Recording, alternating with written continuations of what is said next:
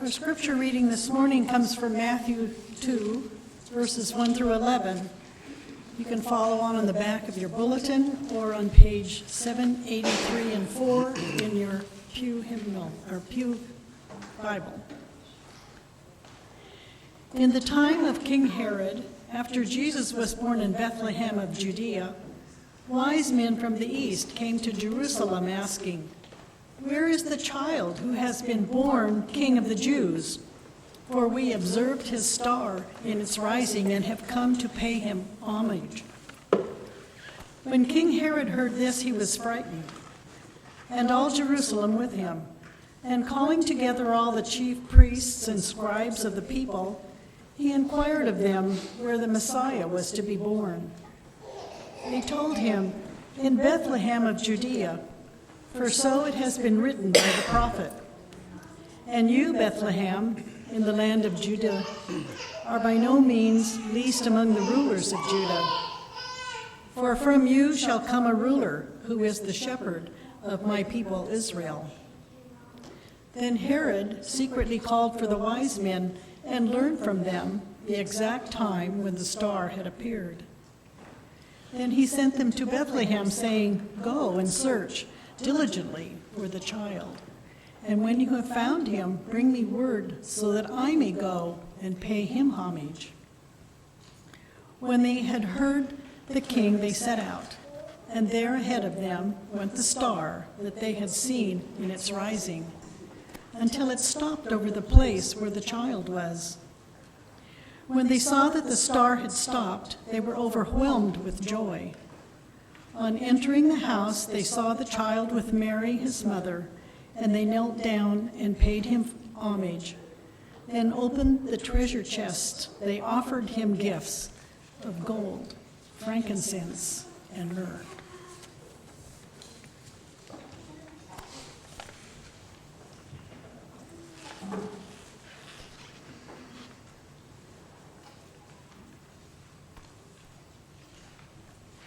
You know another thing about that song?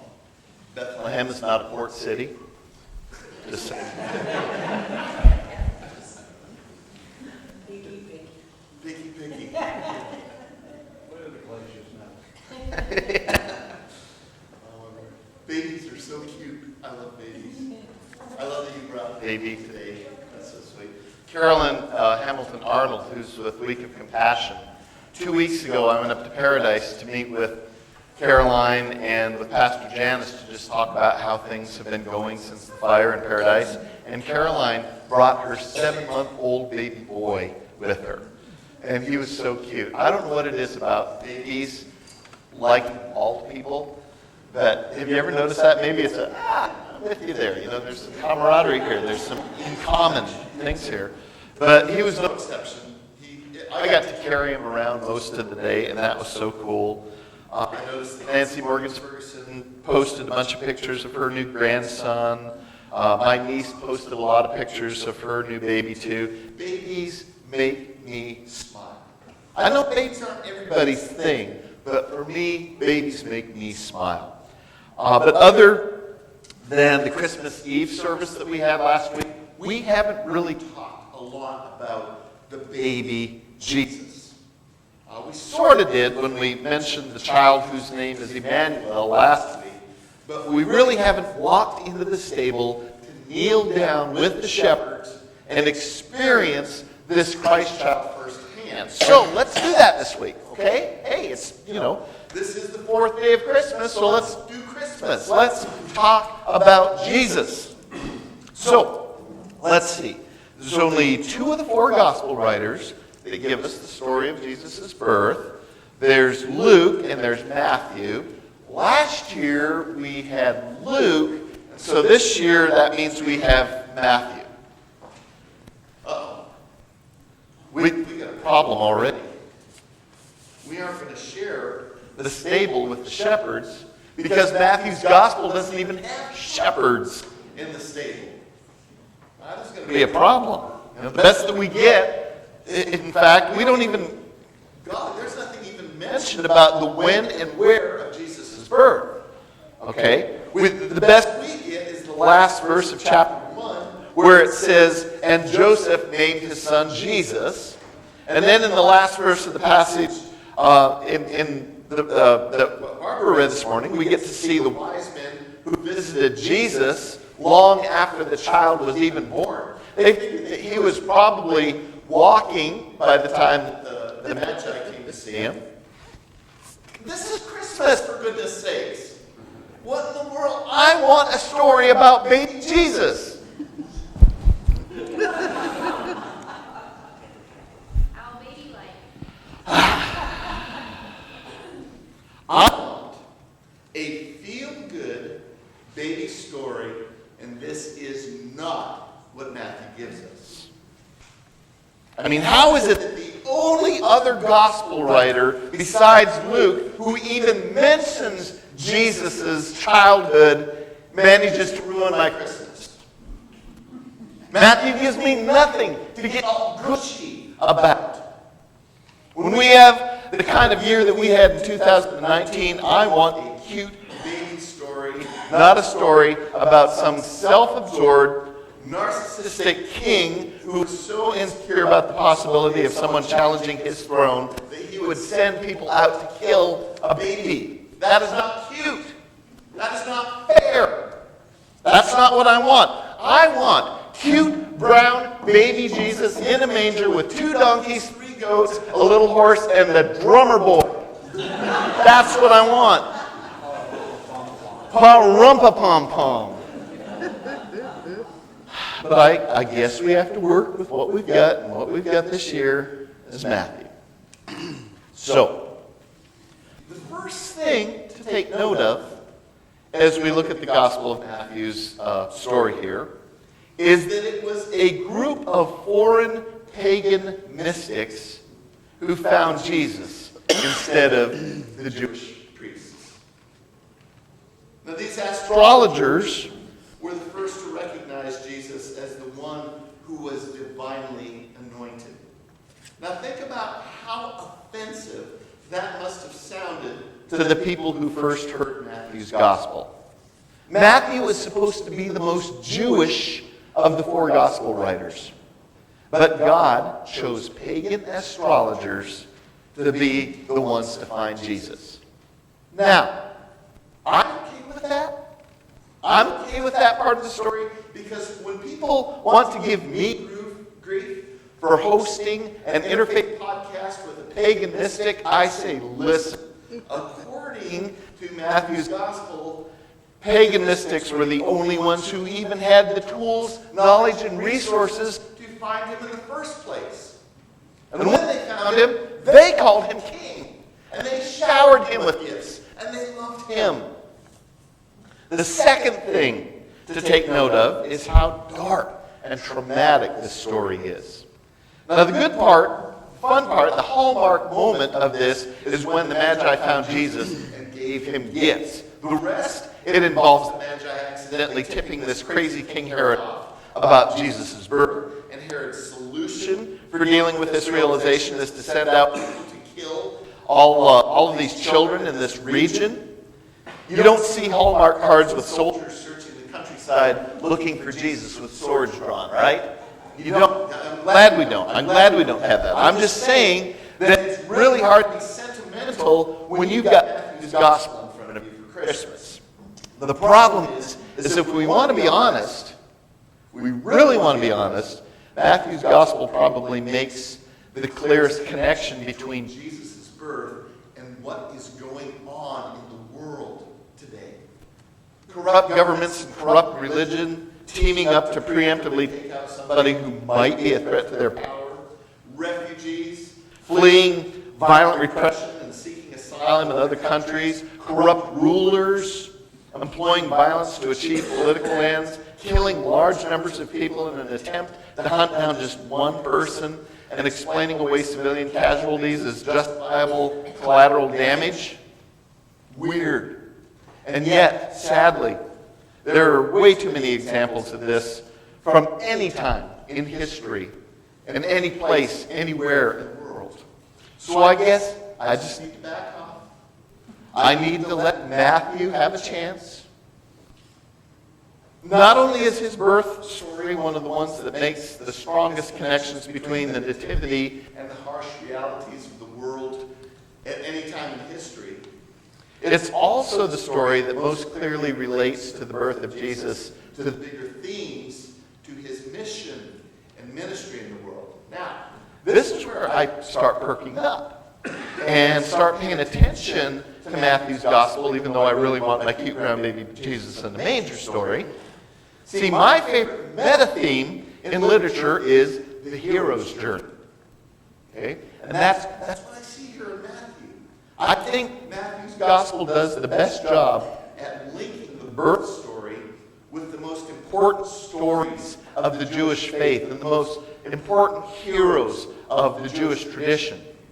Yes, Matthew gives a respectful nod to the pagan astrologers, but when it's time to get down to business, he knows who his audience is, and that's Jews who were first called followers of Jesus. So buckle up. This is going to be a mind bender. There are so many cool things to consider. Cool thing number one. In Luke's gospel, Mary takes center stage. She is the star of Jesus' birth story. But Matthew focuses on Joseph. And how does God reveal things to Joseph? Through dreams. Exactly. You might be thinking, no, wait a minute. This sounds familiar. The name Joseph and associating Joseph with dreams, I think I've heard that somewhere else in the Bible. And if you're thinking that, you are right. Anybody remember that old Tim Rice, Andrew Lloyd Webber musical, Joseph and the Amazing Technicolor Dreamcoat? Yeah. It is based on a biblical story in Genesis, way before Matthew's gospel. It is based on the story of one of the sons of Jacob, Joseph, who used to tell his brothers about these dreams that he'd have, where all of them would circle around him and bow down to him.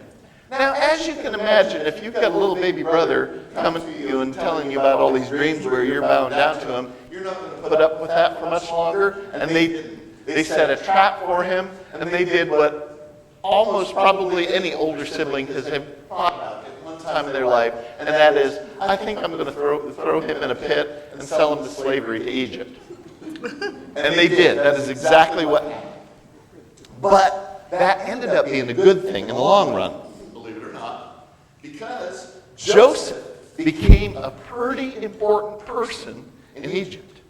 And when famine hit that region, the Egyptians were the only ones who had sense enough to store up enough food and grain to weather that famine.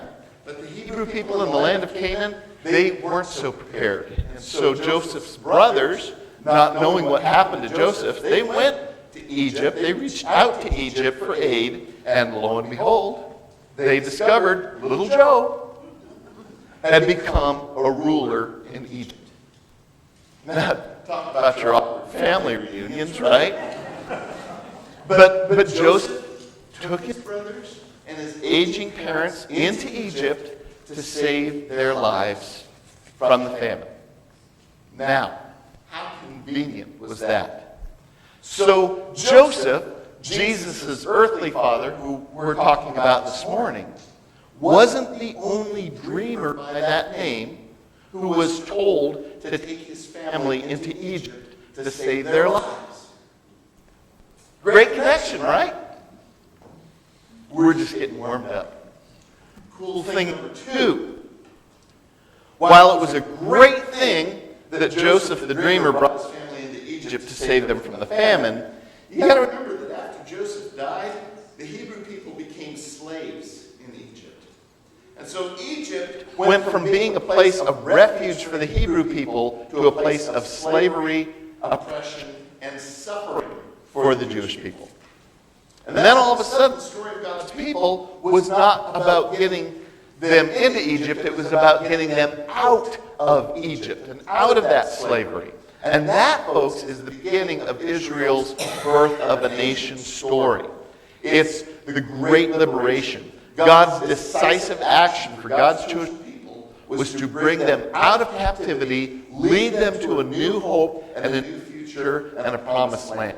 And who was the reluctant hero who helped get God's people out of Egypt? Hint, Charlton Heston, Christian Bale, and Val Kilmer. Moses, yes. Moses. Moses. And get this. Here's the story of Moses. He was a baby who was born a Hebrew in Egypt, and he had to be protected from birth by a wicked king who issued an order that all male Hebrew babies under the age of 2 were to be killed. And it was only the covert action of his parents that enabled him to survive the slaughter and live to lead the people out of Egypt into the promised land. You might be thinking, whoa, wait a minute.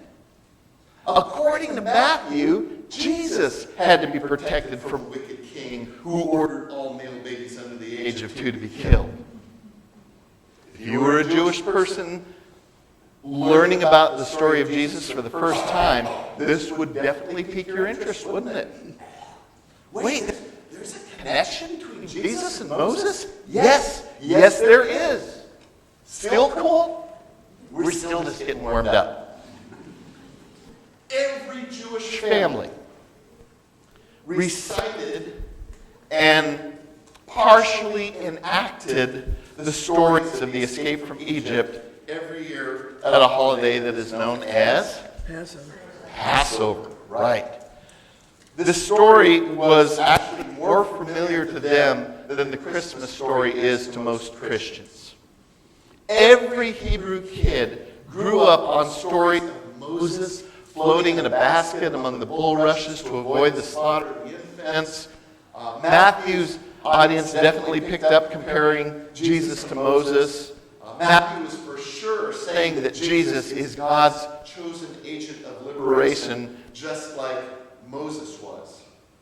And so during the time that the book of Matthew was written, there was no doubt that God's people were looking for another liberator.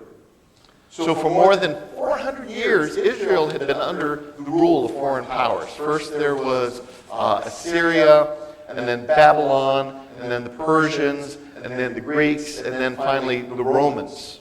And any story that starts out with a baby born from the line of David in the city of David, who somehow escapes the slaughter of every male Hebrew child under the age of 2, who was hidden away until the death of a vengeful king, and who symbolically comes out of Egypt into the promised land, is a story that is going to get folks' attention real quick. Especially if you are already longing for a Messiah who would come in like a new Moses and lead the chosen people out of oppression and in freedom.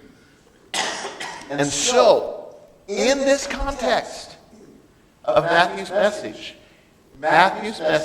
was a message of hope.